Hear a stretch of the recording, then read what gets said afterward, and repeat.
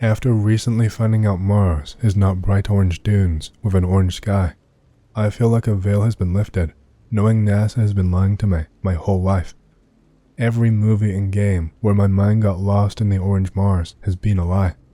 What else is a lie? The last few weeks, I've been reading the thought of a prophecy and digging through the internet to find answers. I will keep this updated as my crazy mind links all this together. This may be soda everywhere, not trying to be political, but hear me out.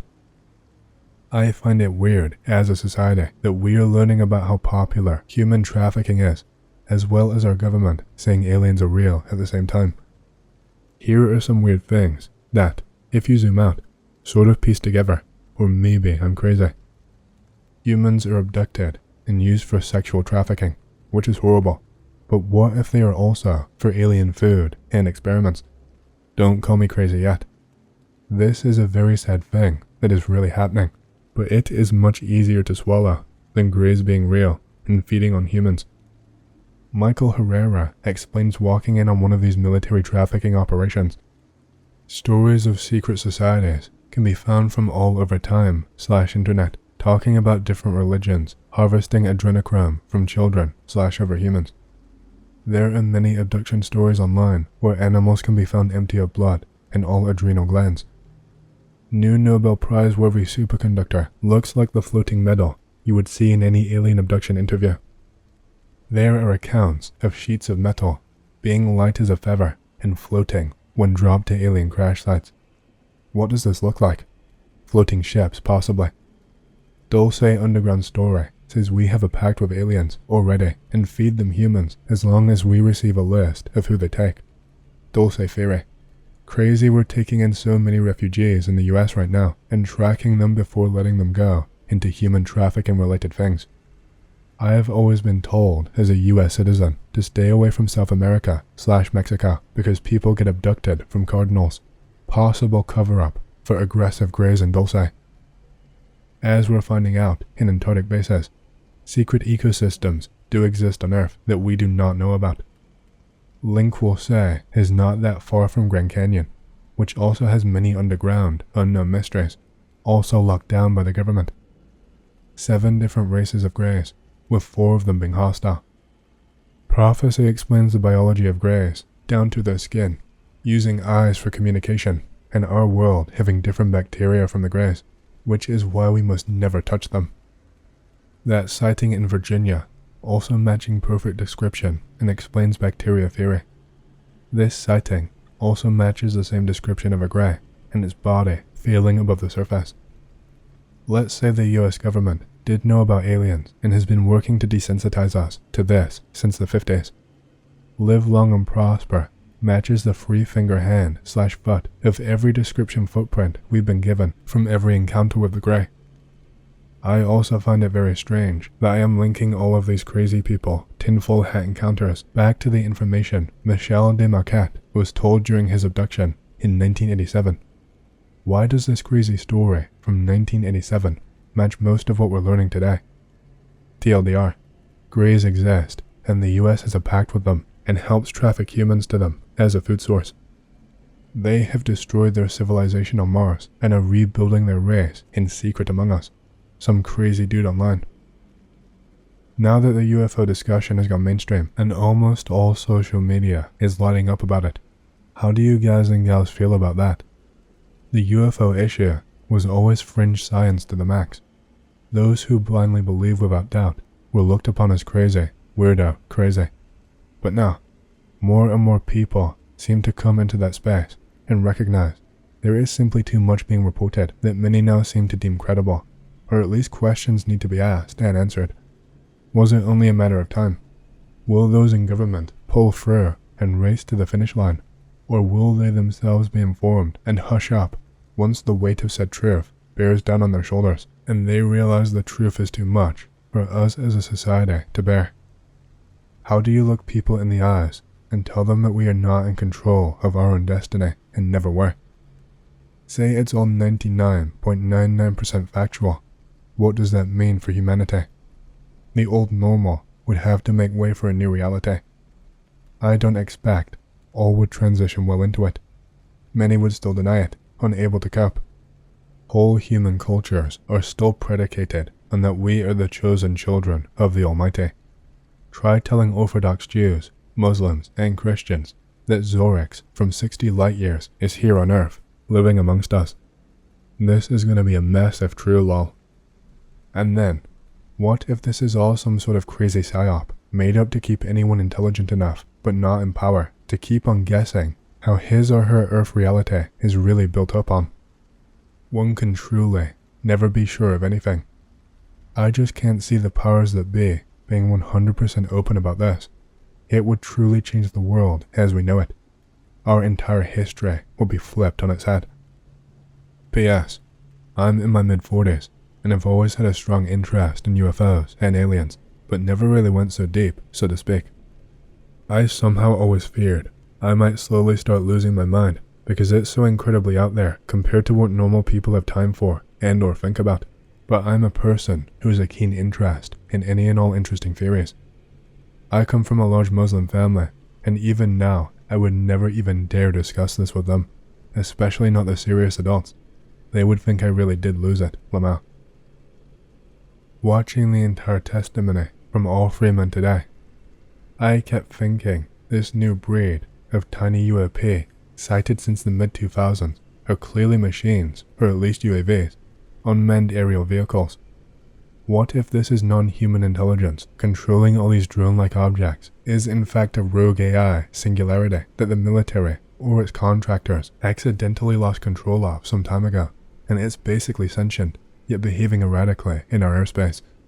Not alien at all, but our own AI foolishness. It's currently undertaking a lengthy machine learning process using real-life interaction data with our military, and before you say we haven't had AI for that long, they had machine learning being implemented in the brilliant Pebbles global defense system that the military prototyped in the 1980s. Look it up. You will have a penny drop moment. You think they just bent that whole idea for 40 years. The military has been many decades ahead of civilian tech. I really think it's as credible that at least some of these new objects are ours, and the AI controlling them may have become an out-of-control system that nobody wants to admit. I have a retired veteran, aged 60 to 70s in my clinic, who is well known to our staff for grandiose or exaggerated stories. He had offhandedly mentioned that he was exposed to some experimental radiation during his career at some secret bases around the country. He claimed he was stationed at a few of the more well-known to this forum, as well as some that I had previously not heard of. In order to protect him, I'm going to leave out specific locations. I asked him offhandedly if he knew of any alien/UAP, and he gave me a dead serious look in the eye and asked me to close the clinic room door. He asked me why I'm interested and if I believe. I mentioned that I saw the hearing recently and have always been a believer, X-Files, sci-fi comics, video games. He then started talking.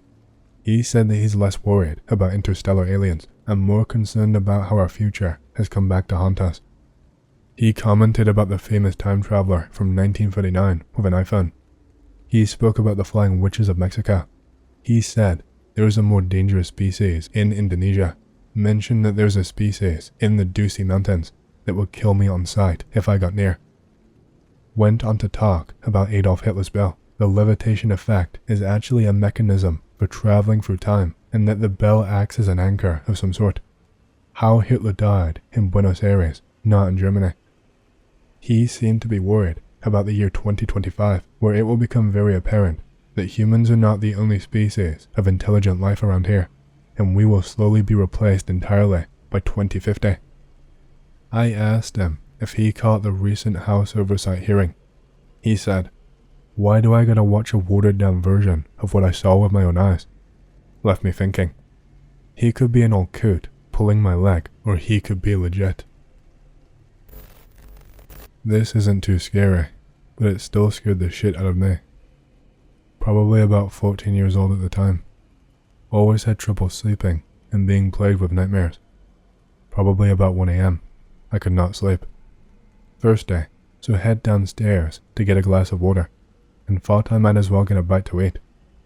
In kitchen, everything seems normal, but I can't help but feel an ominous presence. Shake it off. Get my glass plus food, and go to the brief hallway that leads upstairs. There are 2 light switches. One turns on the lights further downstairs, the other turns on the ones upstairs. My hands are full, and I can't turn on the lights. Too paranoid to nudge against them, because I don't want to dawdle downstairs any longer. Decide just to quickly walk upstairs. Suddenly, the kitchen door slams, even though it had a doorstop on it, pushing out the doorstop just in front of me. Freak out, and just as I start pacing it upstairs, I hear one of the scariest and weirdest things ever within a really close proximity of me, probably only about a meter away from me. It sounded like a deer or some sort of animal trying to laugh like a human, a kind of ha ha ha laugh in a deep, grimy, and unnatural voice. I look down into the darkness and can make out a strange body, arms raised like a gibbon when they run, only bigger and even more gangly. No one is downstairs, as my brother, who would usually sleep down there, is on a trip. My neighbors are also on holiday, meaning no matter what, no one could be downstairs. I bug out and run upstairs, spilling water and dropping my food. I rush upstairs, opening the first door, being my mom's. Too shook to go to my own, I climb in with her. She is annoyed that I woke her up, but I am still freaking out. Everything quiets down, and I am slightly calmer, being in bed with someone else. Then I hear something that makes me paranoid, even when I am with someone else. A chorus of laughs in various pitches serenade outside the room. "Mom, can you hear that?" I ask, freaking the fuck out. My mom replies, clearly viewing me as irrational, because I was always an irrational kid. "There is absolutely nothing out there in this house that can hurt you." I try and keep this in mind, but it's fucking hard with the chorus of varying laughter outside the door. I feel a presence moving behind me, sweating and clutching the covers. I am too scared to turn around. Feel something touch me from behind. It feels chiseled and very real.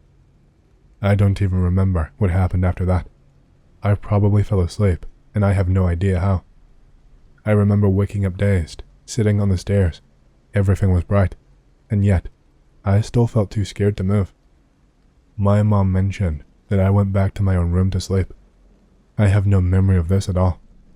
Shit still freaks me out to this day, and I remember being paranoid for the next week. Pretty sure this was a fever dream. Be me, 6, laying in comfy bed, Thursday, had a small flu, so got out of school early and enjoyed watching National Geographic while eating Mickey D's. Last thing I see is an episode about domestication and cattle and what they were like before. Distinctly remember a shot where a big woolly sheep is glancing around and then stares directly at the camera. Pass out. Wake up hours later. Pitch black. Distinct scent of sweat and overall unpleasant humidity. I'm sweating like a pig. The covers have become super tight and uncomfortably hot. Figure the power went out. This is Florida, and storms sometimes roll in and out quickly with the power. TV turns on by itself. Goes to scenes of lambs and sheep, except it's in fast forward. Due to lighting and sheer nervousness, the TV dims out everything else in the room.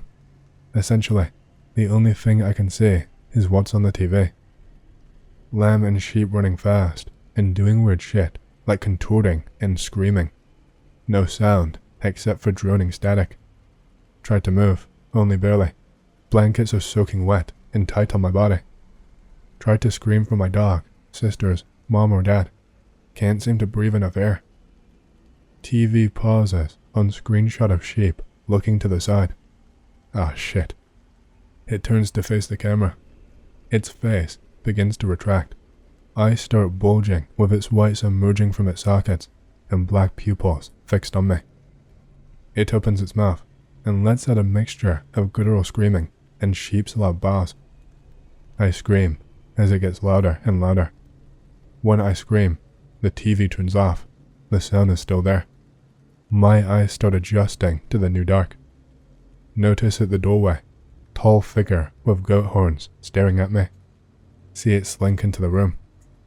Hooves, satyr legs, horned head. I cry as it approaches the bed. Shut my eyes, feel it lean down next to me. feel warm tongue on my cheek, licking several times. Finally snap and try to push it away. Wake up, having put my hands on the dog, who was licking my sweat and trying to calm me down and lay with me. Room is normal, lights are on, episode has moved on. Only about an hour of time had passed. Think nothing of it, move on. I am also pretty sure I got spooked by that one animation of the sheep jumping and transforming around by that one Photoshop artist, but I can't remember if that was released on YouTube by that time, or if that was way later. That still shot of the sheep is firmly placed in my brain, and I dread the day I rediscover it. Woolly sheep, green field, is staring off to the left, chewing on grass, before slowly turning to face and stare at the camera, stopping from eating as it just looks forward at you. Hey fellas, this will be my first thread, so forgive me if I'm a moron. Before I start my story, here is some context. I live near an abandoned psychiatric hospital and have experienced ghosts numerous times. Me and my group of friends practically grew up in this facility. It's in a small town with nothing to do, so we were always drawn towards the freedom that these buildings provided us. I have plenty of stories, but I will start with a short one. Share similar stories. 2 friends and I made a fire pit in the woods nearby to psych ward. We'll call my friends Alan and Derek. Brought chairs and a table, made a real nice spot to hang out.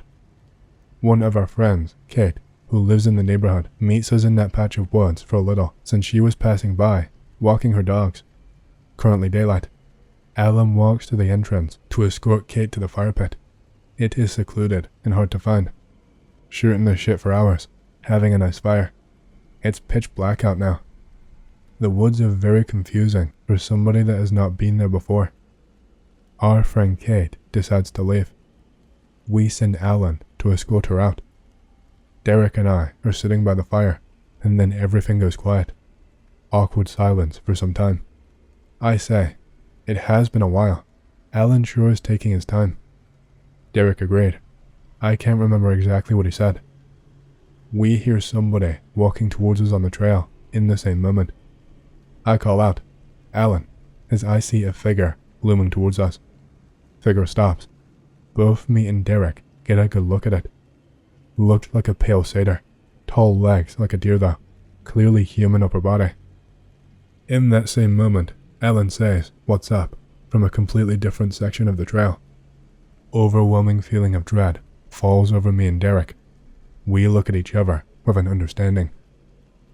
Derek and I look in the direction of Alan for a split second, then back to the figure. Figure is gone. Alan walks back into the area that we made, completely clueless of the terror Derek and I just experienced. My group of friends has experienced so much stuff like that, but Alan is always the odd one out. These ghosts, or the supernatural, always work around him. He always conveniently misses these experiences. Maybe he is less spiritually sensitive or something, who knows? What do you guys think? This is the only time I've seen something with a solid form. The area we made our little hangout in was a perfect open area, secluded by a bunch of berries bushes that grew as tall as trees. They might have even been berry trees. I have no idea. There are tons of stray cats in this patch of woods, and we have found pieces of birds torn apart on the table that we brought in. We credit that work to the cats or raccoons. Be me. Lived in historic Bucks County, PA my whole life. Old as fuck, haunted as fuck, ghosts abound. Everyone here is amateur ghost hunters, lol. Decided one night to investigate New Hope area, known as one of the most haunted towns in the world. Go to Wiccan shop and ask questions like a pile of douches. Oh, hello you witch. Do you know of any haunted places that you recommend? Why hello douchey Anon. Go ahead and go to the Satanic Church up on Anon Road. She goes on to explain that there is a rumor of a devil cult in the surrounding area, and they use the old church for devilly shenanigans. It's a historic site and was a stop on the Underground Railroad. Us pile of douches are interested as fuck. Then the witch tries to sell us some powder and a statue of some satyr or some shit. Fuck you, witch. Time to blow this popsicle stand. Oh, douche pile. If you visit the graveyard and do some shit to the White Knight statue, I can't remember what right now, then you will be chased out of the graveyard by a ghost, and if it catches you, you will die. The witch actually cackles like a fucking witch. Whatever witch, douches out. Bounce, after some trouble and loss of daylight, find road. The road looks down upon some shacks. There are lights in every one of them, and some silhouettes of people in a few of them. I remember feeling like one of the silhouettes was cleaning an axe. Okay, well, that's weird, but we are a pile of douches, so moving on. Reach church. It's a little creepy looking. Door boarded up, but otherwise, it's in good shape. Make way to graveyard. Immediately find White Knight statue. It's massive. Do whatever the witch told us to do. Immediately hear a noise in the woods. Start running like idiots. Everyone jumps the fence, except one douche, who is screaming at the top of his lungs that something has a hold of his leg. Upon investigation, he has his jeans caught on the fence like a douche. Story to tell your grandkids. After about 20 seconds of laughing, we hear a bunch of vehicles start up, muttered voices, and what appears to be torches back in the woods from the direction of the shack village. Torches.omg. Sticks on fire, not what we Americans call flashlights. Sound of a shitload of cars on gravel. We fucking book it back to the car. Take off. Immediately see headlights. There are 5 or 6 trucks chasing us through the back roads of Pennsylvania that are full of dudes, most of which are riding in the bed. Truck in front has a dude in a cloak with a cone/pyramid shaped hood. You could just barely see him through all the headlights behind him. He's got a fucking axe. The rest of the dudes all have the aforementioned torches. He's gaining on us. Fucking old Mazda. This is before any of us had money. Just as we reach a clearing, all 6 trucks pull into the field and we speed off. We watch them all turn around and go back down the road as we drive away. Go to cops. They don't believe us or ignore us and tell us to avoid trespassing or we could be arrested. Moral of the story, don't listen to witches, especially ones that cackle. They probably just wanted to scare us off, but why and from what? And why do they live in shacks? We never had the balls to go back.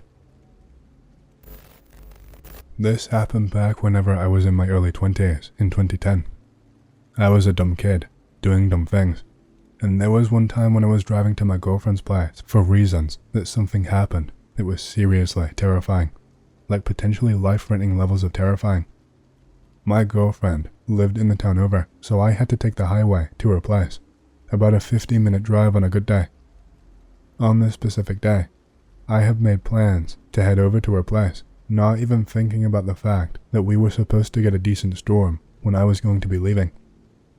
It was one of those storms that you knew was going to hit based on how dark the clouds were off on the horizon, and I was going to be heading straight into it. It started fine, with just a light drizzle, but within minutes, it pretty much turned into a torrential downpour. That would not be an issue for normal people, but my windshield wipers were barely functional. There was something wrong with the wiper motor, and they would move really slow, or sometimes they would go up and just get stuck, and then I would have to reach to push them back down. I was pretty pissed off at myself. I'd had the money to get it fixed, and I'd had the time, but for some dumb reason, I just didn't. Probably laziness. I spotted a bridge a bit up the way, and I decided I would pull over onto the shoulder. I'd be out of the worst of the rain, and I could wait it out for a bit. My old car rattled as I steered it off the road and parked just beneath the overpass. The windshield was finally clear of rain, but the whole car was shaking slightly from the wind and the roar of passing traffic. I sat there for a bit, just listening to the rain falling, trying to get a text out to my girlfriend to let her know that I would be a bit late. The storm looked like it was going to stay for a little while, and I started debating whether or not I should give it a second go, when, out of nowhere, bang. The sound was so loud and sudden that I jumped in my seat. For a second, I thought lightning had struck nearby, but this noise was different, closer, more like metal hitting metal. My heart was pounding, and I looked around, trying to figure out what had just happened. A car had passed by me just as the noise went off, and my first thought was that maybe they'd blown a tire. That sound had that kind of punch to it. I turned off the car and opened my door to step out, thinking I would see the car pull over with a flat tire a little ways down the road or something, but there was not anything out of place or anyone else pulling over. Then I turned back to my car and saw it. Right there, on the lower part of the door, was a small, clean hole. It was a bullet hole. My breath caught in my throat as I stared at it.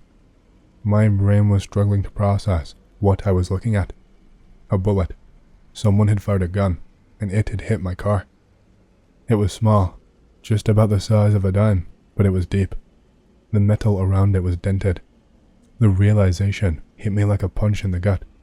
If the bullet had gone through the door, it would have gone right into my leg, my ankle to be exact. I stood up and I scanned the highway, looking for the shooter. Another car pulled over. I really did not know. It was just rain and blurry headlights zooming by. Nothing. Nothing out of the ordinary. I scrambled back into my car, slamming the door shut.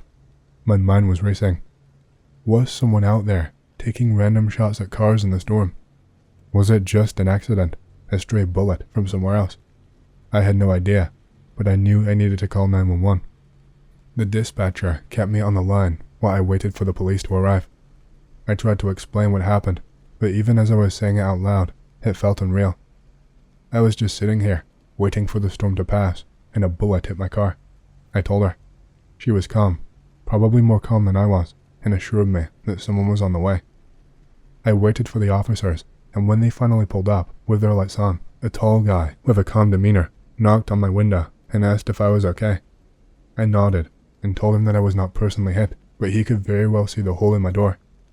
We talked about it for a while. He told me that I was lucky the round did not go all the way through by literally just a miracle.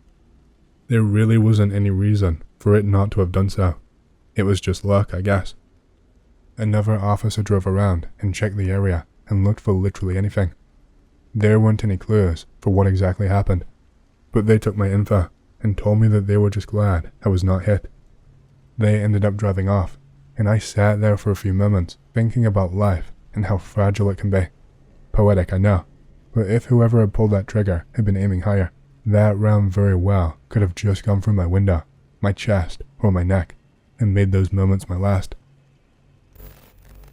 Be me, B-23, crew aboard a small ship in the Atlantic, about 350 miles northwest of Lisbon, Portugal. Notice something bobbing in the water. At first, think it's just some rubbish, but as we get closer, realize it's humming. We slow the ship down and fish it out as it gets alongside us. Completely black, smooth metallic, almost cuboid box. It's producing a humming sound that does not seem to reduce with distance. Entire crew could hear it clearly. Despite this, it's not vibrating in any way. Decided to keep it and take it ashore to see if anyone knew what the fuck it was. Fast forward to that night, the sound suddenly gets really fucking loud, enough to wake us up. It's still not vibrating.